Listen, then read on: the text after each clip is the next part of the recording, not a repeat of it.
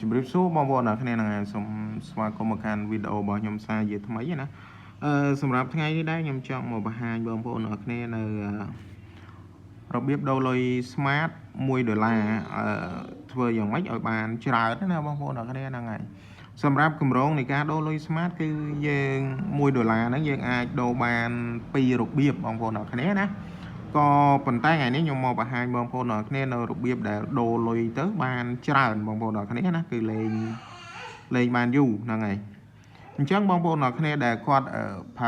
ប្រើប្រាស់ SIM Smart ហើយដូរលុយទៅចេះតែលេងបានតិចថ្ងៃអីអញ្ចឹងទៅបងប្អូនអ្នកគ្នាអាចទស្សនាវីដេអូនេះតាំងពីដើមរហូតដល់ចប់បងប្អូនអ្នកគ្នានឹងទទួលបានចំនួនការលេងអ៊ីនធឺណិតហ្នឹងគឺបានយូរជាងមុនហ្នឹងហើយបងប្អូនអ្នកគ្នាណាអញ្ចឹងសម្រាប់បងប្អូនអ្នកគ្នាដែលគាត់ត្រូវដូរលុយបងប្អូនអ្នកគ្នាត្រូវបញ្ចូលកាតជាមុនសិនណាបងប្អូនអ្នកគ្នាហ្នឹងហើយអញ្ចឹងវិធីសាស្ត្រក្នុងការដូរគឺយើងដូរបែបនេះបងប្អូនអ្នកគ្នាគឺផ្កាយ17 10កត់ផ្កាយហើយលេខ100ហើយផ្កាយលេខ1ទ្រង់ជ្រូកបញ្ជូនបងប្អូនអ្នកគ្នាណាវិធីសាស្ត្រក្នុងការដូរបែបនេះគឺយើងដូរក្នុង$1គឺយើងទទួលបាន 8G ក៏ប៉ុន្តែបងប្អូនអ្នកគ្នាទទួលបានអ៊ីនធឺណិតត្រឹមតែ1ម៉ោងទេបងប្អូនអ្នកគ្នាណាគឺ60នាទីយើងស្មើនឹង1ម៉ោងណាអញ្ចឹងបើសិនជាបងប្អូនអ្នកគ្នាមានបំណងចង់ការដូចថាប្រើ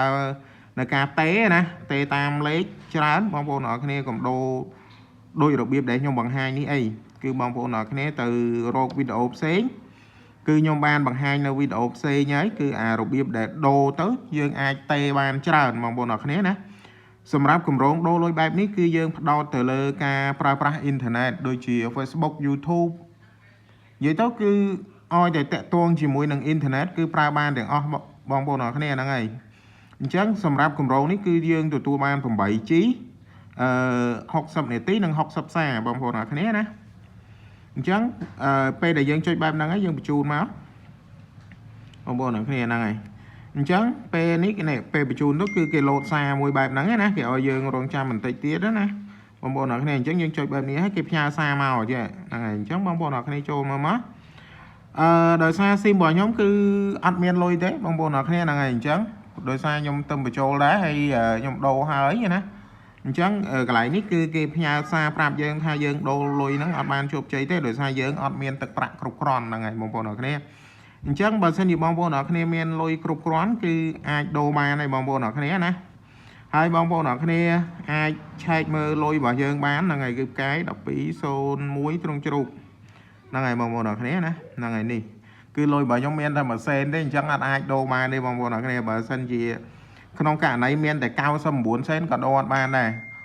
គឺលុយបងប្អូនអ្នកគ្នាគឺត្រូវតែមាន$1ហ្នឹងហើយបងប្អូនអ្នកគ្នាចាប់ពី$1ឡើងគឺយើងដូរលុយបានហើយហ្នឹងហើយ